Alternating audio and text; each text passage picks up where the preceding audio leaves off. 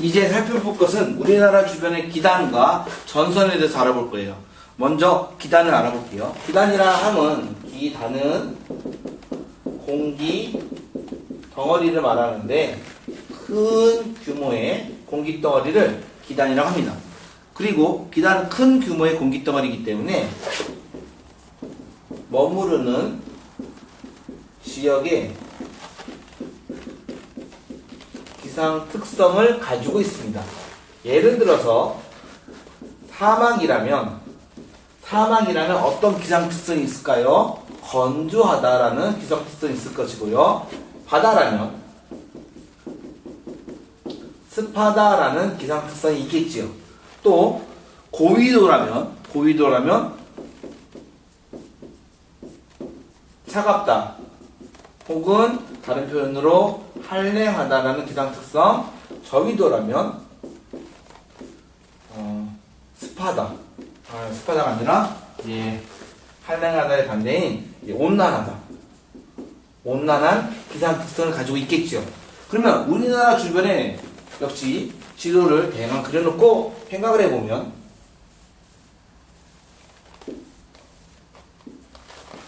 일본이 너무 가깝네요. 이렇게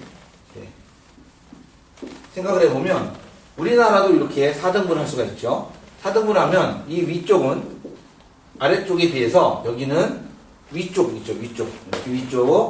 이렇게 한랭하다라는 특성이 있겠고요. 아래쪽은 온난하다는 특성이 있겠죠. 그리고 이쪽을 보면 바다가 많고 이쪽은 다 대륙이에요. 그래서 이쪽은 건조하다는 특성이 있겠고 이쪽은 습하다라는 특성이 있을 겁니다. 그렇다면 우리나라 주변의 공기 덩어리는 어떻게 있냐? 여기 양쯔강이 있어서 여기 큰 덩어리를 양쯔강 기단이라고 하고 이 위쪽에 큰 공기 덩어리를 시베리아 기단이라고 합니다. 그 다음 이쪽의 공기 덩어리를 오호츠크의 기단이라고 하고 이쪽의 공기 덩어리 이름을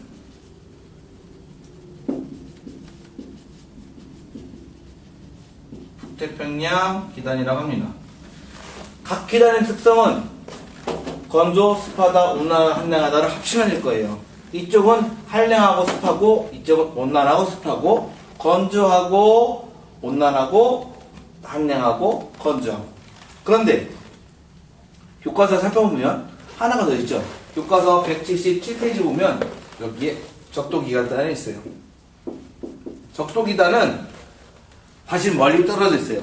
근데 우리나라에 영향을 주는 기단은 예를 들어서 겨울철, 여름철, 장마철, 그 다음에 봄과 가을철에 이렇게 이동하는 거, 편서풍 때문에 이렇게 이동하는 현상이 나타나는데 이거 말고 태풍이 올라올 때 적도기단에 영향을 받는다고 합니다.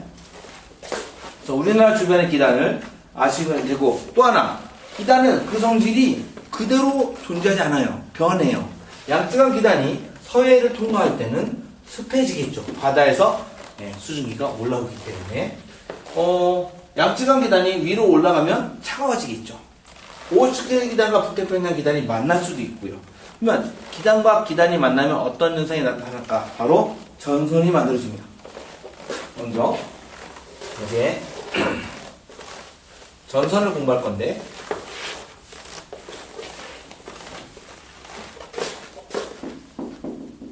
기단과 기단이 만날 때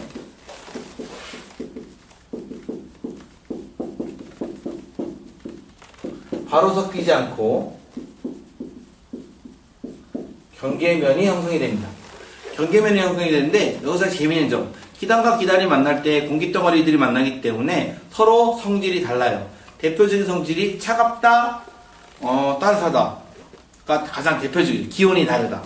기온이 다르면 차가운 공기는 아래쪽으로 들어갈 것이고 따뜻한 공기는 찬 공기 위로 올라가겠죠. 그래서 일반적으로 어떤 현상이 생기냐? 따뜻한 공기가 있는데 찬 공기가 이렇게 따뜻한 공기를 파고들어서 따뜻한 공기가 이렇게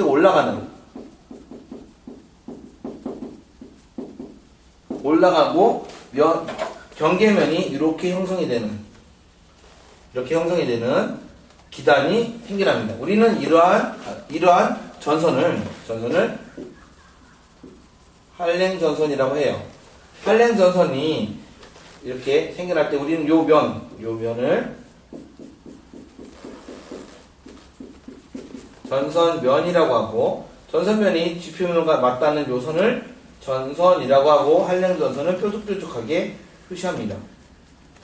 뾰족뾰족하게 표시했을 때 따뜻한 공기가 위로 올라가기 때문에, 어떻게 위로 바로 올라가기 때문에 저군형 구름이 생기고요. 비가 내려도 구름이 이렇게 생기니까 여기 막 비가 내리겠죠. 그래서 좁은 지역에 비가 내리고요. 그 다음에 저군형 구름은 상승 속도가 빨라서 강한 비가 내릴 수가 있어요. 강한 비 또는 소나기가 내리는 게 바로 한랭전선의 특징이에요. 그리고 한랭전선은 따뜻한 공기가 여기 있고 찬 공기가 여기 있으니까 지나가면 기온이 하강이에요. 무슨 뜻이냐? 한랭전선, 우리나라 지역은 편서풍 지역이에요. 그래서 얘가 이렇게 이동할 거예요. 어떤 사람이 여기 있으면 이 사람은 따뜻한 공기 지역이 있겠죠. 따뜻한 공기가 이렇게 올라가고 있으니까. 근데 얘가 이렇게 지나갈 거거든요. 그러니까 따뜻한 공기가 찬 공기가 계속 미니까 이 사람이 있는데 땅은 가만히 있지만 공기는 이렇게 이동하겠죠. 그래서 지나가면 여기 이렇게 지나가면 찬 공기 지역이 들어오기 때문에 기온이 하강되는 효과를 볼 수가 있습니다. 이게 바로 한랭전선이에요. 근데 한랭전선 말고 온난전선도 있는데, 온난전선은 다음과 같은 특징을 가져요.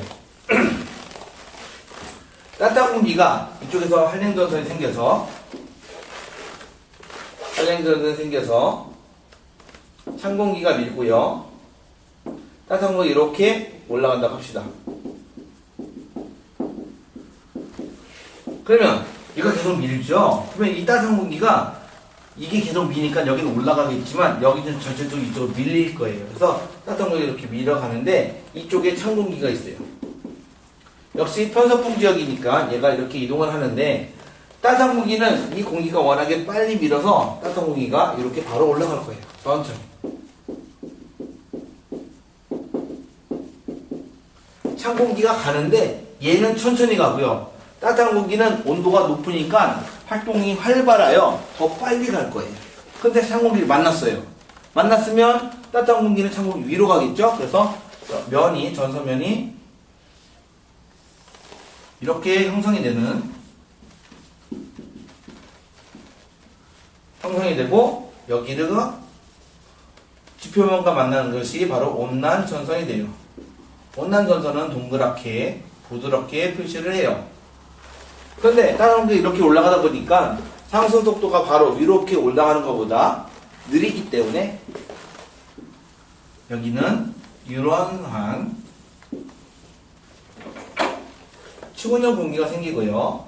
충운형 구름이 생기고요. 비도 넓은 지역에 내리죠. 대신에 구름의 두께가 작으니까 약한 비가 내릴 가능성이 더 큽니다. 또 하나, 사람이 여기 있는데 이 사람은 지금 온도가 낮죠. 찬 공기 속에 있으니까. 하지만 이거 이렇게 지나갈 거예요. 편서풍 지역이니까. 그러면 지나가면 기온이 상승하는 효과가 나타납니다. 그래서 교과서 179페이지에 보면 이렇게 한랭전선, 온난전선에 대한 설명이 나와 있는데, 이 한랭전선, 온난전선을 서로 비교해서 표로 그려보고 그림까지 이렇게 하는 것을 하면 이해가 훨씬 빠를 것 같습니다.